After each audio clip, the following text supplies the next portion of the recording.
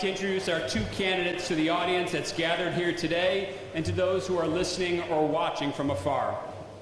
We start by welcoming Mr. James Gardner, the Republican and Conservative Party nominee for Erie County District Attorney. Mr. Gardner has spent over 14 years working in the Erie County justice system, both as a prosecutor and now as a law clerk.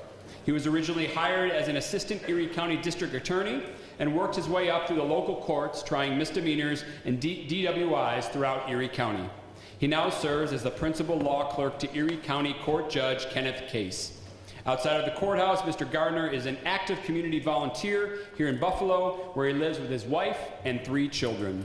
This is Mr. Gardner's first debate here at St. Joe's. Welcome to St. Joe's, Mr. Gardner.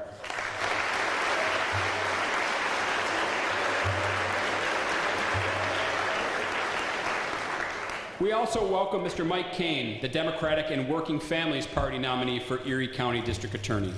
Mr. Keane is a lifelong resident of Erie County. He received his bachelor's degree from Siena College, his master's in business administration from Clarkson University, and his Juris Doctor from the University at Buffalo School of Law. Mr. Keane has been practicing law for more than 31 years. He first served as a prosecutor in the Erie County District Attorney's Office, and has also spent time as a trial attorney in the private sector and helped to manage 2 different law firms. Since 2017, he has served as District Attorney John Flynn's first deputy district attorney, a role responsible for the day-to-day operations of the district attorney's office. Mr. Keane currently lives in Orchard Park with his wife and 4 children. And this is also the first time that he's debated at St. Joe's. Welcome to St. Joe's, Mr. Keane.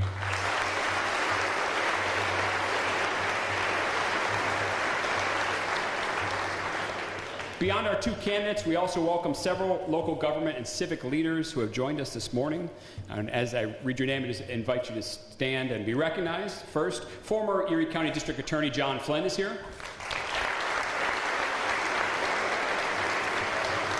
New York State Assemblyman Bill Conrad.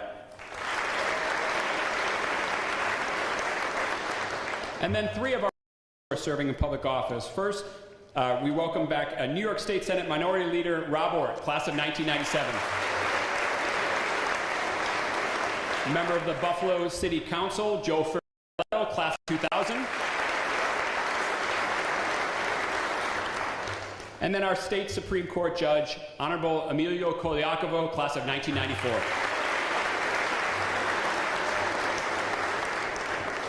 This morning, all of the debate questions have been developed and will be asked by our student panel, a group of 4 students from our Advanced Placement Government class. The young men on this year's panel are Ryan Grimm, Jacob Fielding, Giovanni Giancarlo, and Nicholas Wesley. Our timekeepers this morning are John Phillips and Beckett Crounce, and our fact checkers are Luke Jarka and Peter Marinaro. The question and panel moderator is Mr. Pat McHale from the St. Joe's History Department. And now I turn things over to our debate moderator, a longtime social studies teacher at St. Joe's, moderator of the St. Joe's debate for the past 40 years, Mr. Ted Lina.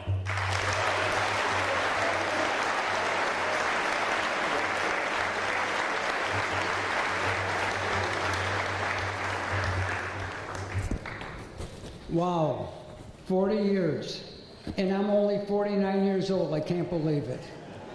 I am so proud of this school. When I started this in 1984, I never thought it would become what it is today.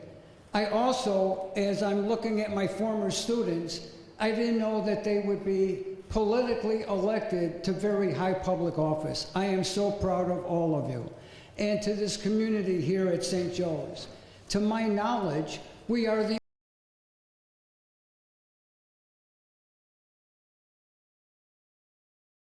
political debate.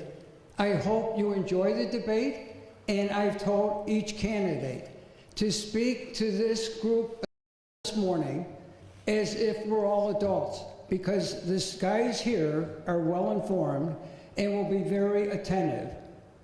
Also, we never ask gotcha questions. We're not here to be biased, and I'm not debating them. I will never interject myself in the debate. If I feel a question was not answered, I might say, Mr. So-and-so, with all due respect, you did not answer the question. So let me briefly inform everybody about the role of the Erie County District Attorney. In our community, the District Attorney is the most powerful person in administering justice.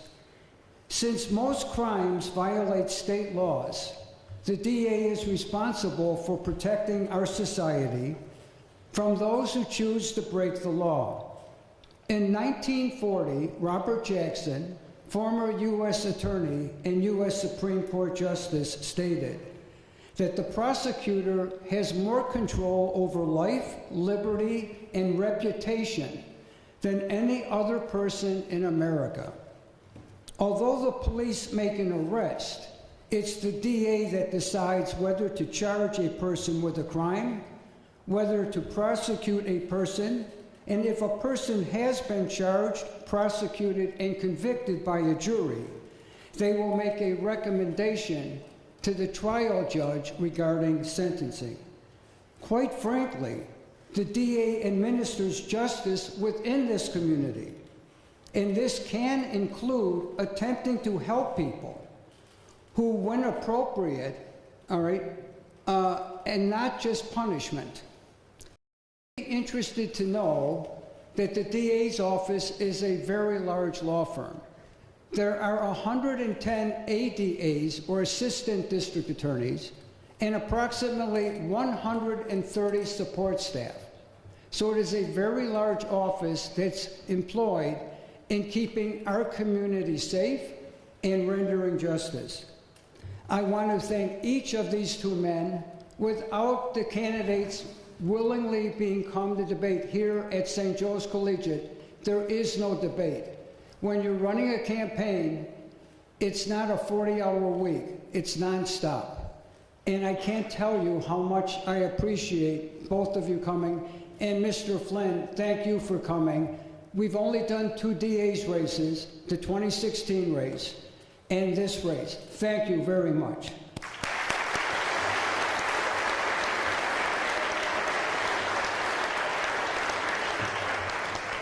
Very briefly, I'm going to go over the rules of the debate, and then we will begin with an opening statement from Mr. Gardner, and we had a coin tossed earlier. So first of all, each candidate will be given 2 minutes for an opening and a closing statement. The opening will follow with a moderator question, me, and anytime I ask a question, they will have 1.5 minutes to respond with no rebuttal. There will also be several questions from our student panel, and each direct question to the candidate, they will be given 1.5 minutes, and their opponent will be given 45 seconds for a rebuttal. A bell will ring when their time is up, and I told each candidate I allow them to finish their statement, but not to begin a new statement. We do mute the mics. That was a big question regarding presidential debates. You gotta mute the mic. We mute the mic here at St. Joe's. All right. Are there any questions from our candidates? Nothing from me. Okay. So enjoy yourself, gentlemen, and let's begin this debate, Mr. Gardner, with our opening statement. Thank you. And thank you to the St. Joe's community for inviting me here. Thank you to Mr. Keane for agreeing to this debate. It is and congratulations on this, the 40th anniversary, 40th iteration of this important civic event. It is an honor to be here. It is an honor to be here as the endorsed Republican and conservative candidate for Erie County District Attorney. The District Attorney, in my mind, is the most important governmental office in Erie County. And for the past 14 years, as Mr. Lena said, I have, my entire practice area has been in criminal law. I spent 7 years as an assistant district attorney, and I've spent the last 7 years as a confidential law clerk to an Erie County court judge. And it's in that capacity that I've had a front row seat to my opponent being on the wrong side of every major criminal justice issue that has come before Erie County. He instituted cashless bail 2 years before it was passed in Albany. He instituted open book discovery 4 years before it was instituted and mandated by Albany. He's prosecuted police officers for political reasons, when they were simply doing their jobs, and he's sought and accepted the support of a radical political organization dedicated to the principle of defunding the police. That is not the record of somebody who deserves 4 years as your chief law enforcement officer. It is one of the reasons why you cannot park your car in your driveway. You cannot park your car in a garage without it being stolen. It means it's one of the reasons why you can't go to any town of Erie County without your car, without knowing somebody who's been touched by crime, whether it's car theft or any other. Thank you, Mr. Gardner. Mr. Keane, your opening statement. Thank you, Mr. Lina, and thank you all for inviting me. It's my privilege to be here. This is an incredible event, the 40th anniversary, and I'm honored to be here. I am Mike Keane. I'm the current Erie County District Attorney, and I am the most qualified candidate for this office based upon my experience. I've been an attorney for over 31 years, and for the last 8 years, it's been my privilege to run the District Attorney's office. I've been the acting Erie County District Attorney now for 8 months.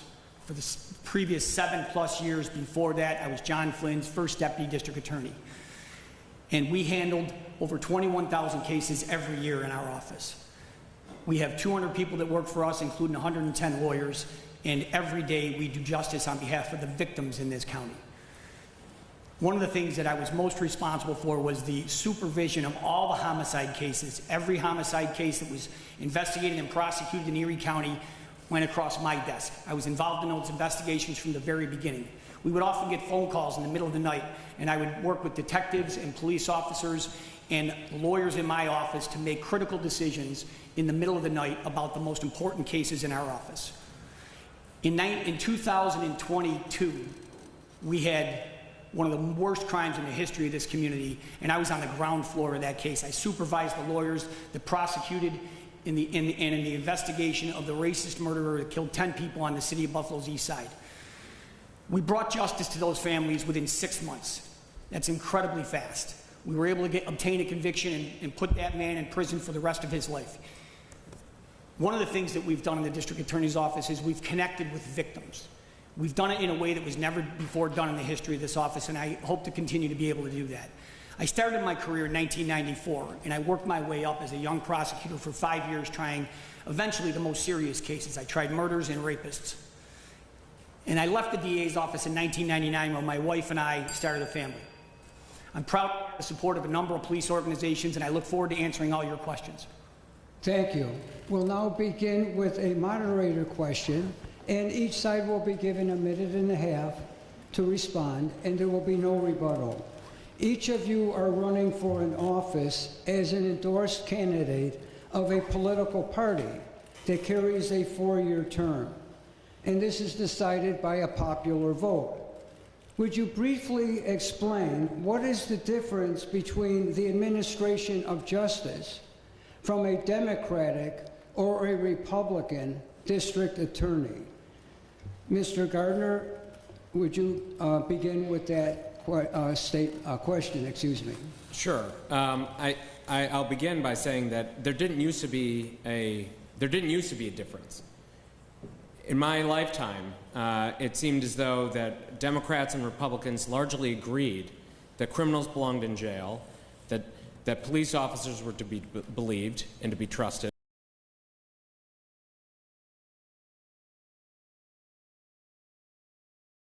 I think what we've seen over the past 4 years, and maybe even 8 years, is that the Democratic Party has championed the effort and championed criminals, the wherewithal or the well-being of criminals over the victims of crimes, and they've tried their best to portray police officers as part of the problem instead of part of the solution. And I think that is why there has been a groundswell of support for my candidacy in this race, because the voters of Erie County understand that that is not a sustainable future. That's not how the criminal justice system should work.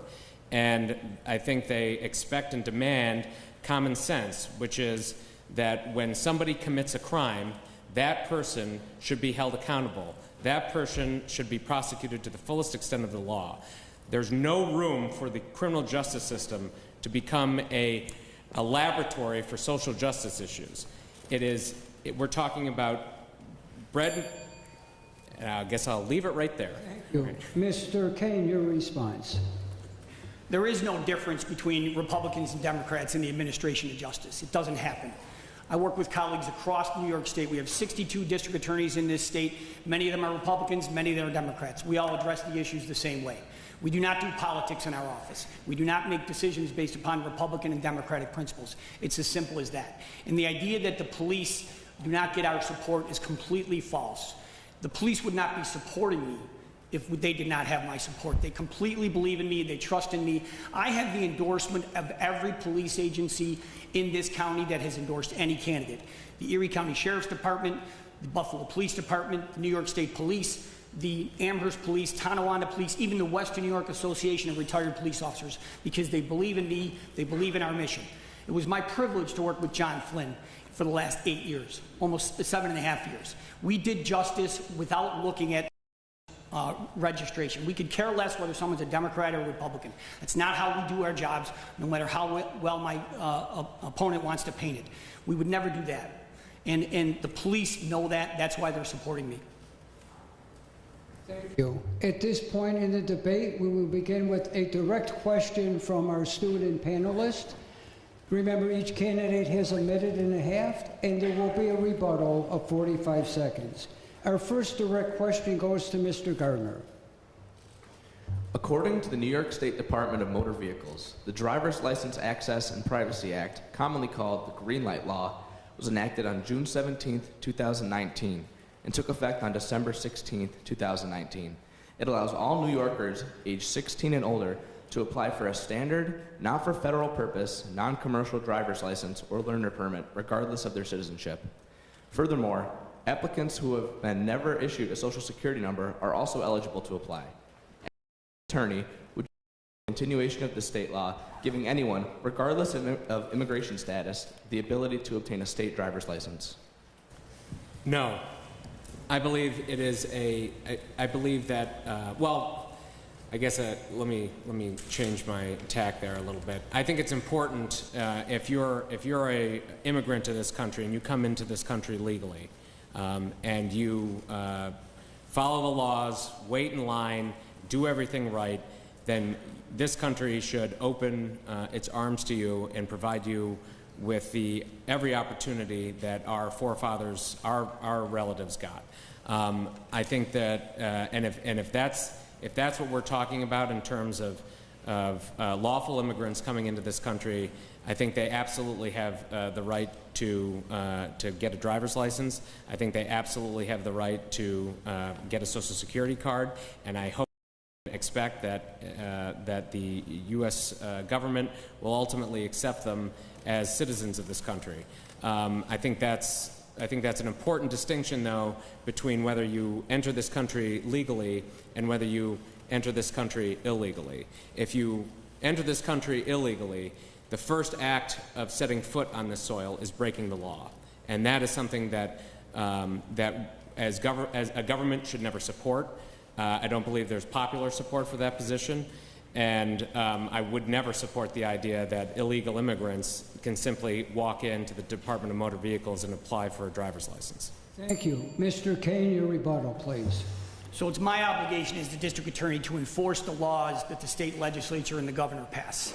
I do not get to choose which laws I like and which laws I don't like and decide not to enforce. If I don't like a gun law, I can't say I'm not going to enforce it. That's the nature of my job. The state legislature passes laws and the governor signs them into laws. And for example, the bail statute in New York, and my opponent is wrong, we did not do bail reform in the district attorney's office before the state legislature did.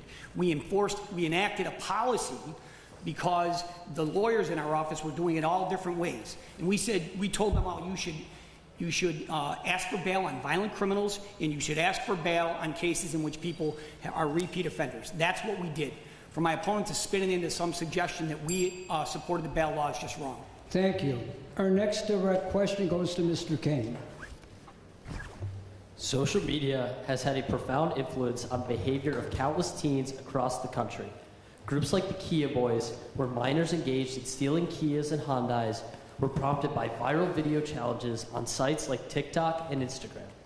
According to the Erie County Sheriff's Office, auto theft surged 150% in July of 2024 as compared to the same month the previous year, with larcenies from vehicles increasing 130%. As District Attorney, how would you address this alarming trend within the framework of existing youthful offender statutes, and are there specific legislative changes you would advocate for to ensure accountability while also promoting rehabilitation? Yes, there are certainly a number of changes to the legislation that I think are appropriate and that we're going to act upon. So the first thing we did in April of this year, right after I took over, was we merged 2 bureaus in our office. So we now have 5 senior lawyers in our office that handle not only the raise the age cases, the crimes committed by the youth, but a lot of them are stolen car cases. So we merged those 2 bureaus, and we've made an impact. You know, the statistics you cite are correct, but there's another statistic from the Buffalo Police Department that stolen car cases have gone down by 39% as of September 30th this year.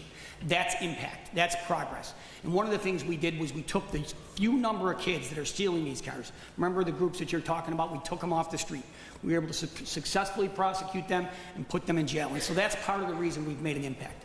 But one of the things we have to do is we have to work with our state legislature to change some of these laws. There are problems with the new laws. The decriminalization of most crimes for 16 and 17-year-olds has created some problems for us. And coupled with the bail statute, when they give desk appearance tickets for a 17-year-old kid who stole a car, it's a problem. It has to be addressed. It's not something I can change as a district attorney. The state legislature is constantly being lobbied by our office and by the DA's Association, including the 62 members of the DA's Association across the state. We have to continue to work at this because it's obviously creating problems that were not anticipated. The manufacturers of the 2 automobiles that are mostly stolen have finally tried to address the problem, and they're making it more difficult to steal those vehicles. Thank you. Your rebuttal, Mr. Gardner. Look, it's great that TikTok was, that videos were, of people stealing cars, but you can find videos of people committing all kinds of crimes. What this basically gets down to, and the genesis of this raft of car thefts, is policy. The policies of New York State that made it easier for criminals, made life easier for criminals, installed a revolving door on the front of a jailhouse back to the street. The idea that you can commit a crime and simply get an appearance ticket and you're free for another 2 weeks before you have to see a judge is simply insane. And the reality is that my opponent, when he... Thank you. Okay. Our next direct question to Mr. Gardner. The 287G agreement is a federal program created in 1996 that involves collaboration between the Department of Homeland Security and state and local law enforcement. This agreement deputizes officers from local agencies to serve as immigration officers and enforce immigration law. The program is voluntary, and the federal government cannot impose it on a local law enforcement agency. Locally, Erie County has never adopted this agreement with Immigration and Customs Enforcement. Mr. Gardner, do you believe Erie County should adopt a 287G agreement? Absolutely. The idea that we can have people in our community who broke the law by arriving here and are taking advantage of our tax dollars, free places to stay, living off of government subsidies, and when they break a crime or when they break a law,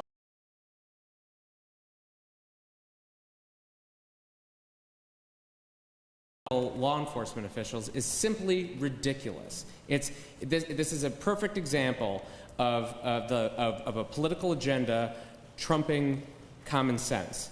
If you break the law by coming into this country, and you break the law while you're here, You should be on an express train out. We should not tolerate that at all. And the idea that we have to sit around and basically say, well, we're not going to ask about their immigration status. It's insane. And and voters in Erie County know it. Voters across this country know it. That's why people are absolutely fed up with the idea of illegal immigration.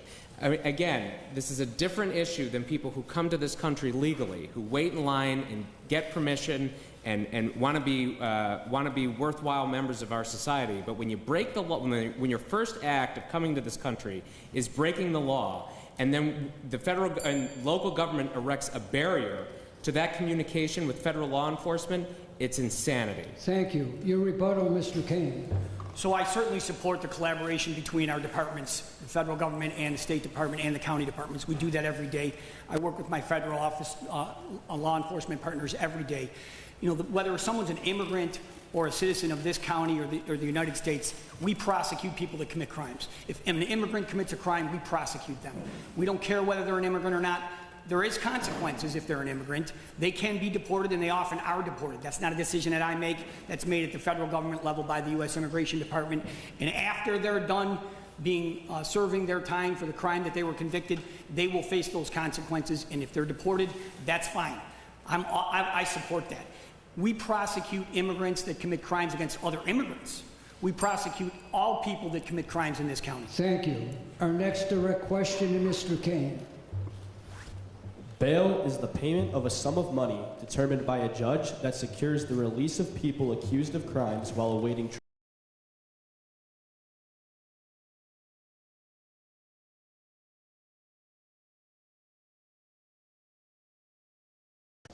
The results of these changes have been mixed.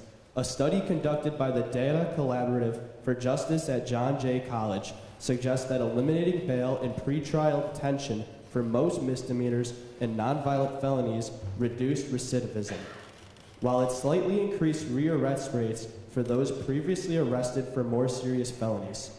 Do you support the 2020 bail reform measure in New York, or would you like to see changes to the new statutes?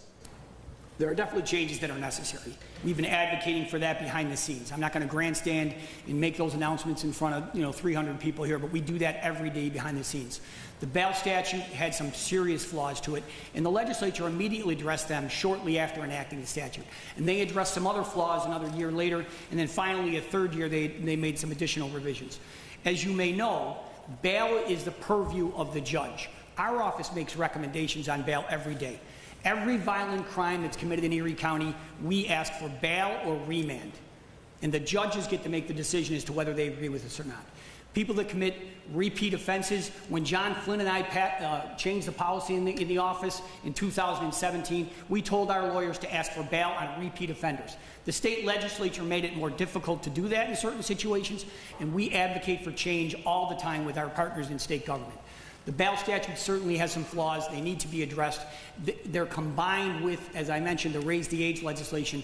But every violent crime in New York State, with two exceptions, are bail-eligible offenses, and we ask for people to be held on bail or remanded every single day. But ultimately, it's up to the judges. And that's part of the problem that never really gets discussed in the public. And I'm happy to discuss it further. But they are part of the problem. But it's the judge's job, it's their discretion.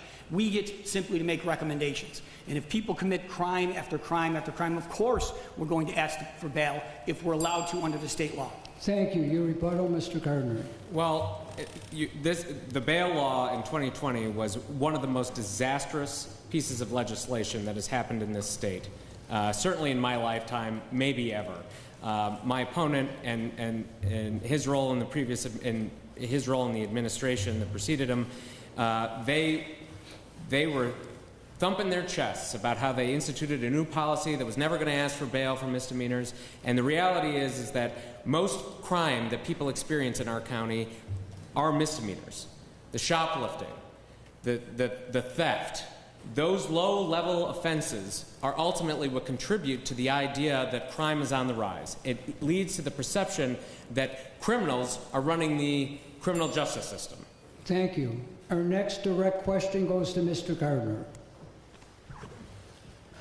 In one of your campaign ads that has been in heavy rotation on local television, you make the claim that you will make crime illegal again, put dangerous criminals in jail, and put an end to cashless bail. Laws regarding bail and the release of nonviolent criminals are up to the discretion and the creation of the New York State Legislature. How do you plan to bring an end to cashless bail when that power is not vested within the district attorney position? The bail law that was passed in 2020 has been revised 3 times in 4 years. And the reason it's been revised 3 times in 4 years is because it's a disastrous policy. It is one of the core functions of the Chief Law Enforcement Officer of Erie County as the district attorney to advocate for laws that help make our community safer. It is absolutely within the discretion, in the purview, and it's a moral obligation for the district attorney of this county to stand up and tell the radicals in Albany that this piece of legislation is ridiculous, it's making our community less safe, and here are the suggestions that I have in order to make it more sane. And it's simple. All they need to do is let judges make the decision. The criminal law, the criminal justice system works best when judges and prosecutors get to make individual assessments based on the facts of each individual case. And my opponent said something that the judges are part of the problem. The problem with this legislation is that it removed the discretion of judges to set bail. Judges can't look at a defendant and say, you know what, I'm going to put bail on you because you've got this criminal, you've got this many failure to appears, this is your criminal history. They've removed that discretion. It's absolutely insane, and the reason they did it was to promote a social justice agenda that does nothing to make our community safer. Thank you. Mr. Keane, your rebuttal, please. So my opponent's ad that says that he's going to get rid of cashless bail is completely false. We do not have that authority as district attorneys. It lies in the hands of the state legislature and the governor. And we work all the time with our other partners in district attorney's office across the state to try to get changes to the legislation. Judges do have discretion. My opponent's wrong about this. They have discretion on every violent felony in New York State with 2 exceptions. They can set bail, and they often do not. We ask for bail, we ask for remand, and they don't do it. That's a problem not of the legislation, not of our office. It's a problem of the judges not exercising the discretion the way my opponent wants them to or the way I want them to. Thank you. Our next direct question goes to Mr. Keane. There have been 57 deaths in Erie County jails since 2005, according to a recent report by Investigative Post. While poor medical care was tied to many of the deaths, some have been ruled homicides or were the result of mental health crises that were mishandled. Erie County has made improvements to its jails under federal direction, but the number of inmate deaths has continued to go up, according to the Buffalo News. Do you think Erie County has done enough to improve the conditions and safety at the holding center and correctional facility? As district attorney, what would you want to see changed at the jails? So I work every day with the people that work in the jails. In fact, the Erie County Sheriff and I work closely every day. There are problems in the jails that need to be addressed and need to be fixed. The sheriff can't do it on his own. I certainly can't do it. We need the cooperation and the assistance of the Erie County government. And they are in the process of studying the problem. You know, there's conversations about a new jail being built, which is an extremely expensive proposition. But the jail is not suited to fit the number of people and the number of programs that they have in the current jail. It's long overdue that this problem be addressed. They also have a correctional facility out in Alden, New York, where they house people with the Erie County Sheriff's Department.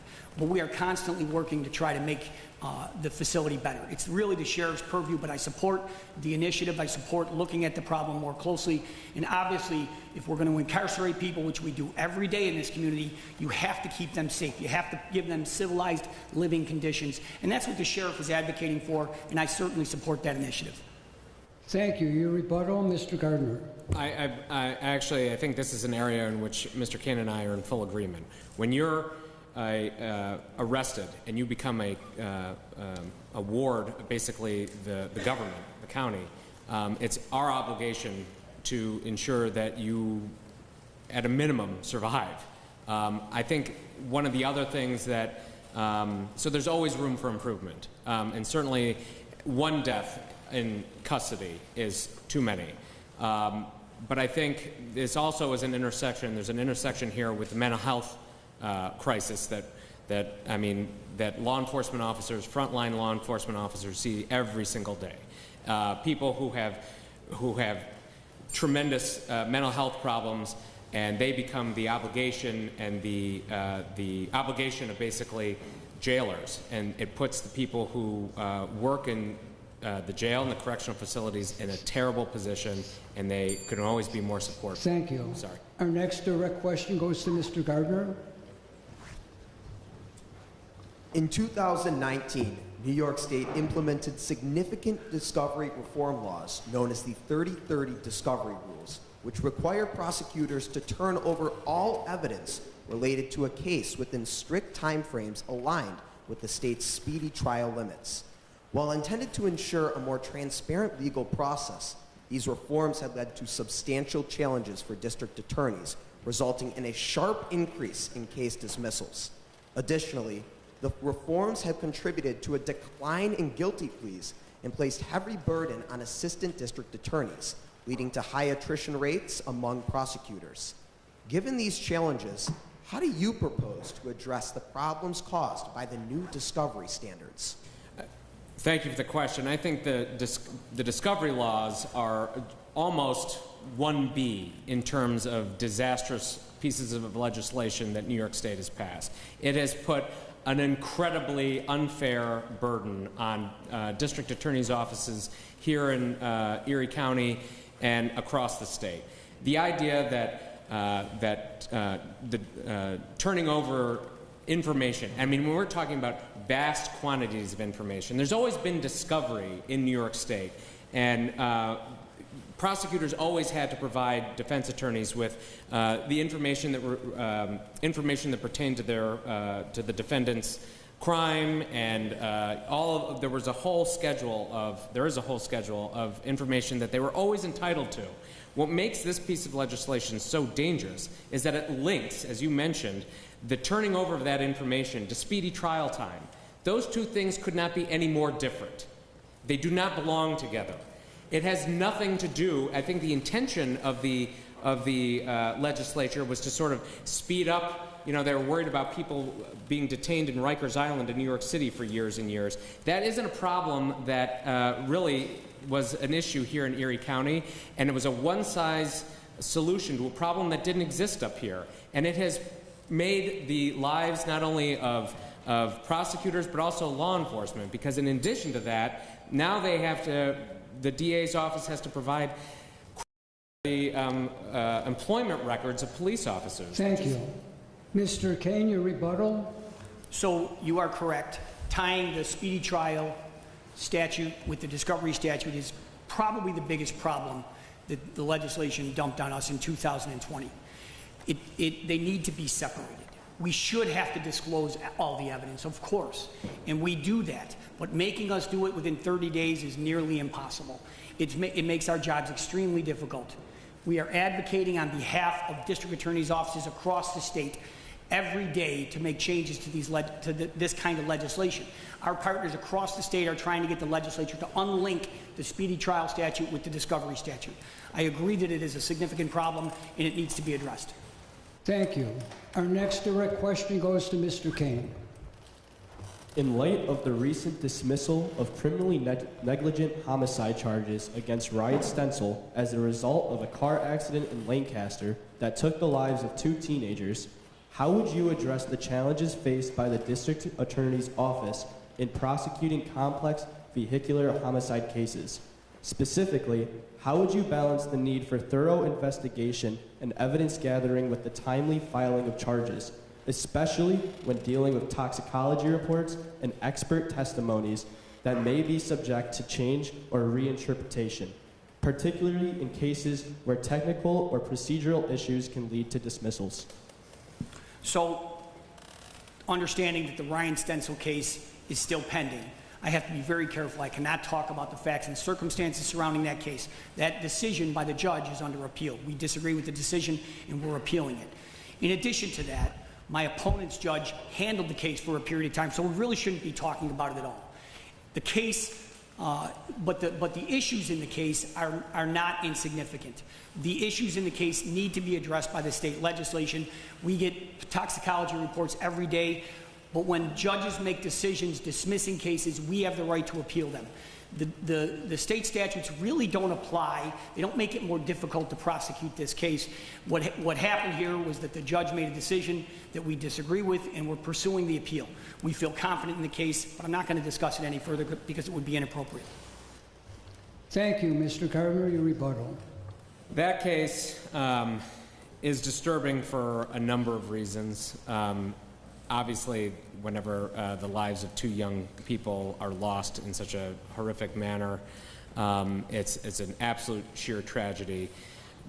My understanding is that the real reason that case got dismissed, and again, I can't speak to the absolute every fact at issue, but it was dismissed because there was an error in how the district attorney's office presented that case. That was what the judge decided. Now, Mr. Keane can appeal that decision, but ultimately, that's why that case got dismissed. It wasn't because of the laws.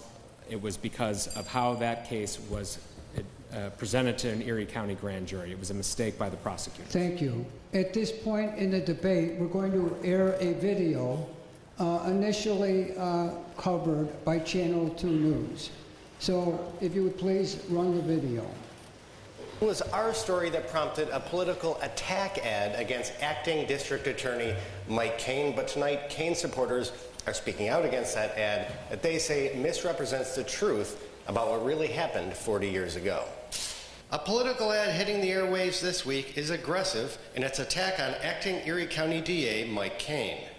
Mike Keane refuses to follow the law, so why would we hire him to enforce the law? The ad by Republican James Gardner takes select passages from a Two on Your Side story about Keane's 40-year-old guilty plea to driving while ability impaired, which is a non-criminal violation.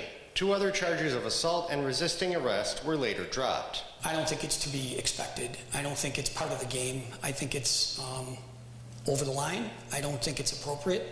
This was 40 years ago. I was 21 years old. I made a mistake. It's not relevant to this election or this race. Also troubling to Keane supporters like attorney Barry Covert is the fact that the records, according to the town of Colony, were released in error as they were subject to a sealing order from 1991. They know what the sealing order means. They know that they should not be discussing this in any way, shape, or form. It's abhorrent to the legal system and to the legal community that he has issued this commercial. It's terrible. Gardner did not respond to a phone message left at the chambers of Judge Kenneth Case, where Gardner works as a clerk. He instead released a statement through former Chris Collins aide and political strategist Chris Grant, whose firm created the ad. The statement doubled down on the claims and accused Keane of, quote, whining. That's not how Covert sees it. He was not convicted of any criminal activity. It was a violation level offense, same as a speeding ticket, same as a disorderly conduct. It's not a misdemeanor, not a felony. They know this. They know that they're intentionally misrepresenting this for a splash factor. Now again, we reached out to Gardner directly for an interview, but received no response. The ad is now running on multiple TV stations in Buffalo and in text messages to voters. Meanwhile, we're hearing Keane is planning an ad of his own to refute some of these claims. Live on your side in Buffalo, Charlie Speck, Channel 2. After this story aired, there's been a tremendous media attention, both broadcast and print media, regarding the issue. Due to the nature of this, my only question is, how would you respond to what you just watched? And I'm going to give each candidate 2 minutes to respond to the story aired by Channel 2 in regard to why this ad was initially run. And Mr. Keane, also, how do you deal with the accusation? By the way, both men have been running a number of commercials. So I'll let them speak for themselves, and this has been the issue. We begin with Mr. Gardner. You have 2 minutes, please. Sure. So before my campaign issued that ad, my opponent sat for an interview with Channel 2 News. He had the full opportunity to discuss the incident that happened 40 years ago. He had, and he did. He discussed it at length. And I watched his interview, and what he basically said, he didn't dispute anything in the factual basis of the charges that he faced. There's no question that he was arrested for driving while intoxicated, for fleeing the scene, resisting arrest, and felony assault of a police officer. What he said in that ad was, I should never have been driving, I made a mistake, I got a second chance, and I availed myself of a plea offer. A plea offer, by the way, that when I am district attorney will not be available. If you assault a police officer in a traffic stop, we're trying that case. After that ad, after he gave that interview and acknowledged those criminal charges, we issued an ad. And I believe that ad is factual. It's factual in the charges that he was charged with. And just because my opponent accepted a plea offer to a non-criminal disposition doesn't mean that he didn't commit those crimes. That happens every day in Erie County. We offer, the justice system functions on the idea that not everybody pleads to the highest sustainable charge. Oftentimes we know, the proof shows that they committed those crimes, and we offer them the option to plead to a lesser charge. Thank you. Mr. Keane, you have 2 minutes to respond. So I accepted responsibility for my mistake. It was 40 years ago. I was 21 years old. I was a senior in college in upstate New York, and I pleaded guilty to a non-criminal violation. He's characterized it as a crime. He characterized me as a criminal. That is false. The reporter that did that ad called it misleading. The Channel 2 news reporter, or the Channel 7 reporter, called it false and called it a lie, because that's what it is. They put a current picture of me up there and suggested that I'd just been arrested. The charges involving the assault were dismissed. They were dismissed by a judge. There was no plea deal. It was not part of the situation. I pleaded guilty to a non-criminal violation, and it was 40 years ago. I made a mistake. I owned up to it. And by the way, Charlie Speck from Channel 2, who's in the room today, was provided the report by my opponent's campaign. It's a sealed record. It was sealed by a judge over 35 years ago. My opponent is ignoring a court order sealing a record, and he's using it for a political advantage to try to discredit me. I went on to get my law degree. I went to graduate school. I've been a lawyer for 31 years. He wants to talk about something that happened over 30 years ago, almost 40 years ago. It is a false ad, it's misleading, and it's been rejected by not only the legal community, but everybody that I meet in this community. And one of the things that you should know is that you are going to make mistakes. Your friends and family are going to make mistakes. You are going to have adversity in your life.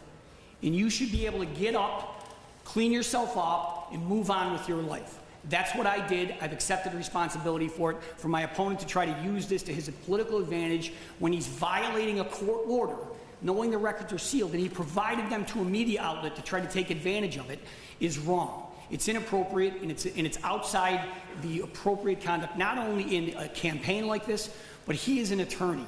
He's under an obligation not to behave in conduct that is deceitful. Thank you. Due to the nature of this video and the seriousness of it, I'm going to allow each candidate a rebuttal now that they've heard each response. So Mr. Gardner and Mr. Keane, you have an additional minute to respond to the story that was aired. First of all, my campaign obtained that record legally. Channel 2 News also obtained that record legally through a Freedom of Information Law request. My opponent has a problem with the fact that we found the record. He has a problem with the idea that Channel 2 News obtained the record.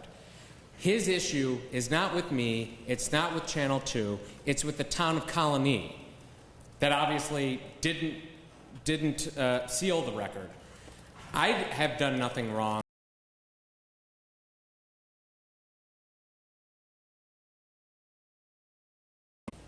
He broke the law. And I understand he wants to say that it was 40 years ago. But what do you call somebody who breaks the law?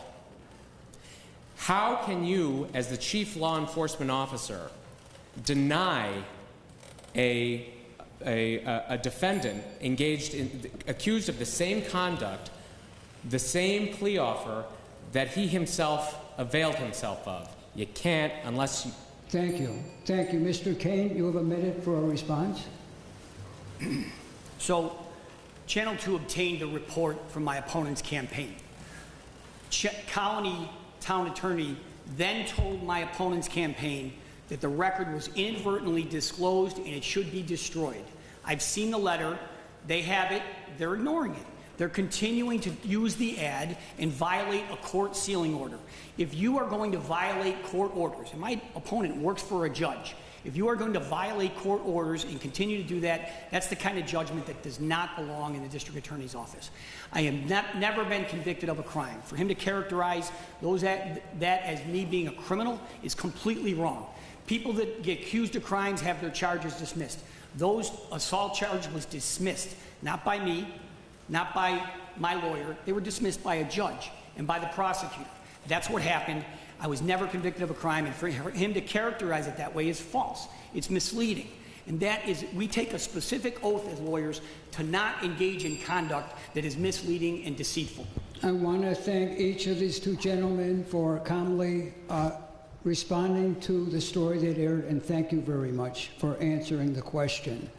Our next direct question now goes to Mr. Gardner. Deaths reached an all-time high in Erie County in 2023 when 366 people died from opioid-related drug overdoses, according to the Erie County Health Department. What specific strategies would you implement as district attorney to address the opioid and the fentanyl overdose crisis in Erie County? And how would you pursue that prevention, treatment, and law enforcement are integrated in prosecutorial approach? Prosecutorial. Got it. I think one of the biggest issues here is the fact that, unlike any other substance, a tiny amount of fentanyl is deadly. And this is, again, one of these issues going back to the bail law discussion. Drug offenses, most drug offenses, are not bail eligible.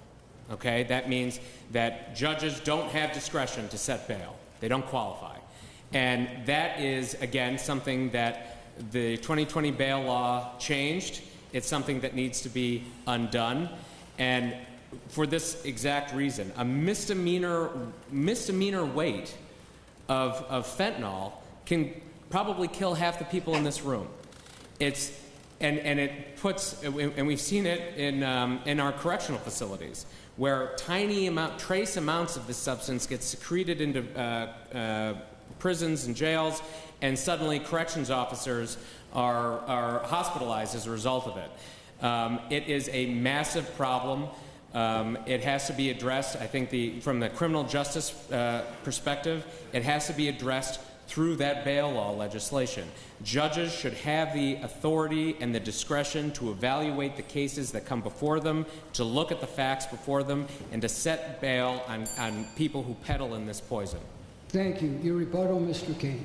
Sure. So in 2017, John Flynn and I started the very first opioid court in the history of this country in Buffalo, New York. The court was working extremely well. We were able to get people that were addicted to opium, people that were addicted to fentanyl, people that were addicted to heroin. We were able to get them into a treatment court that immediately assessed their needs and got them out of the criminal justice system.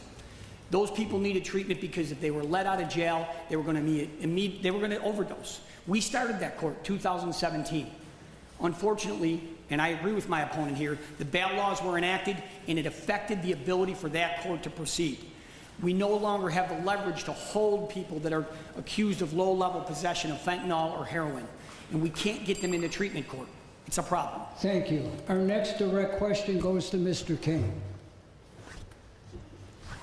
The last decade has seen a push for changes to address racial disparities in the criminal justice system across the country.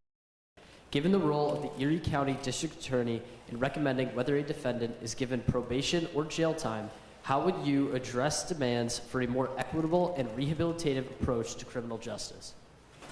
So one of the things we did immediately upon coming back to the district attorney's office is we recognized that we did not have a diverse enough group of employees that work for us. We had 10 lawyers and plus support staff. We immediately addressed that problem. We started hiring people of color, and we tripled the number of people of color that work in our office. It's been a tremendous benefit to us. It gives a different perspective to our lawyers and the people that work in our office that are handling these cases every day. You obviously cannot be prosecuting people in different ways based upon their ethnicity.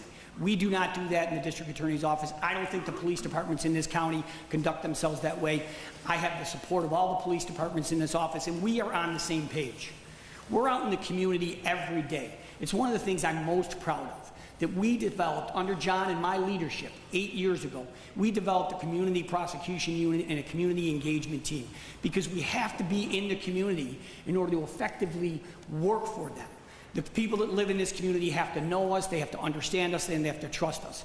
We work with community-based organizations. We're in the schools every day, conducting panels like gun violence panels and panels involving cow theft. We are in the community. It was never done in the history of this office, and it's been effective. We now have relationships with the community that is most affected by the violent crime in Erie County. And the numbers prove it to be true that it's working. Violent crimes last year has been down by between 35 and 45% from the previous 3-year average. What we're doing is working. Thank you. Your rebuttal, Mr. Gardner. Justice needs to be blind. It needs to be blind to color, to creed, to political affiliation. There's no place in the criminal justice system for treating people differently based on the color of their skin, where they grew up, or how much money they make. I would take that exact same approach in how I hire attorneys in the office. When I'm district attorney, the only qualification you need to be an assistant district attorney is you need to be a good lawyer. You need to be good standing. You need to have a clean criminal history. If you're abiding by those 3 things, I gladly hire you, regardless of the color of your skin. I'm not interested in creating a social justice experiment in the criminal justice system. I think it leads us down a very dangerous road. Thank you very much. Due to time constraints, I'm going to ask one last moderator question, and then we will begin closing statements. Each have 2 minutes. As everyone knows, this year we will be electing a president of the United States. My question is to each candidate. Do you support your party's nominee for President of the United States, and why? Mr. Gardner. I do. I don't mind saying, and I know that as a district attorney, ethically, I'm not allowed to endorse a candidate. I'm not a district attorney yet.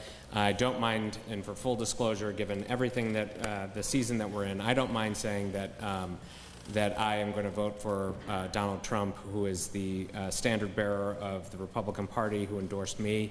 I think he obviously is a divisive, I won't say a divisive figure, but people react strongly to him. But I believe that the last 4 years have basically placed our country on a trajectory that is very worrisome for me. It's worrisome for me as a prosecutor. I think a lot of the charges against President Trump, former President Trump, appear to be sort of a coordinated lawfare campaign against him to discredit him at the ballot box.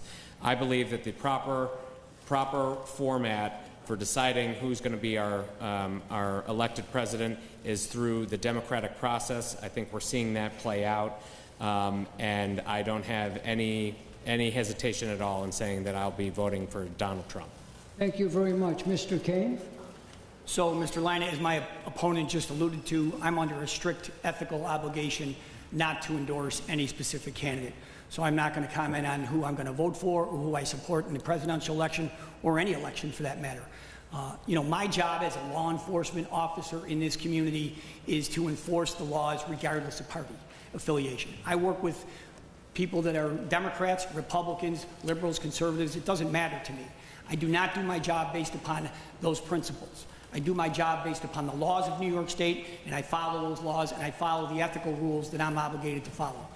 The district attorneys across this state, by the way, the vast majority of them are Republicans. We work extremely well together. It doesn't matter if you're a Democrat or Republican. We all do the same job, and we're all passionate about law enforcement and public safety, and I'm proud to work with all of my colleagues, not just in the district attorney's office, but in the police departments across this community. As I've indicated before, I have the universal support of the police departments in this community, the Erie County Sheriff's Department, the Buffalo Police Department, and so on. They're Democrats, they're Republicans. We don't care. We do justice, and we protect this community and enforce the laws of this state. Thank you very much. Due to the coin toss conducted earlier, Mr. Keane will begin with his closing remarks, followed by Mr. Gardner. Thank you, Mr. Lina, and thank you all for being here. You know, it really has been a privilege to not only be here today, but to serve as the Erie County District Attorney for the last 8 months. And even before that, for 7.5 years working with John Flynn. You know, what we do in the office is we work on behalf of the victims of crime every day, and we are up against some fights. The good criminal defense attorneys in this town, and they are working hard. But we do our jobs every day in the office because we care about the victims. We work with them every day. We sit with them. We talk to them about the crimes. We try to prepare them for the cases and the trials. You know, the criminal justice system needs balance. And for the last 10 years, the system has gotten a little out of balance because the reforms that have been put in place in New York State have been primarily focused on the rights of the defendants, the criminal defendants.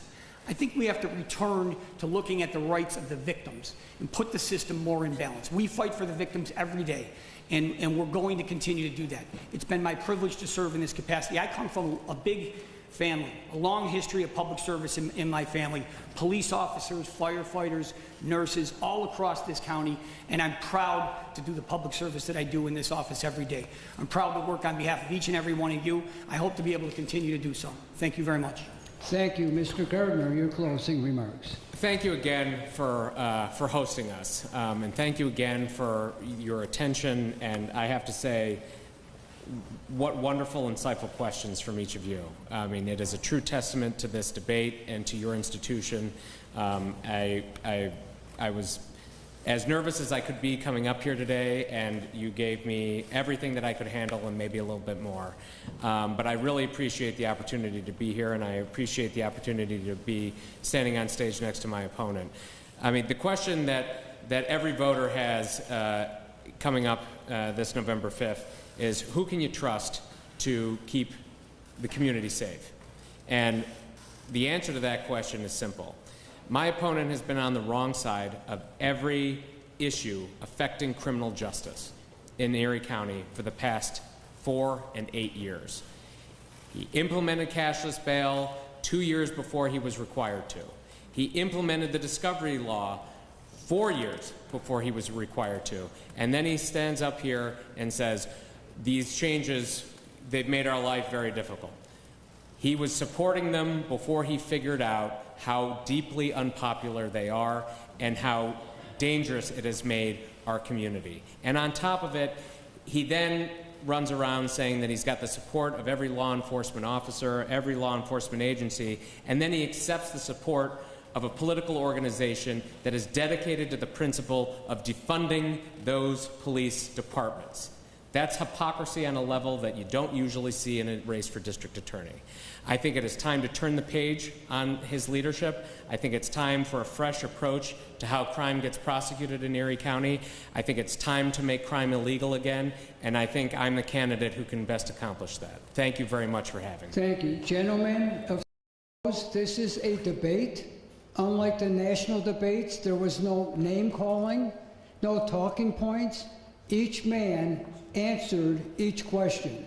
And I want to thank them very much for coming here and being civil and continuing this 40-year tradition. Let's give them a nice round of applause.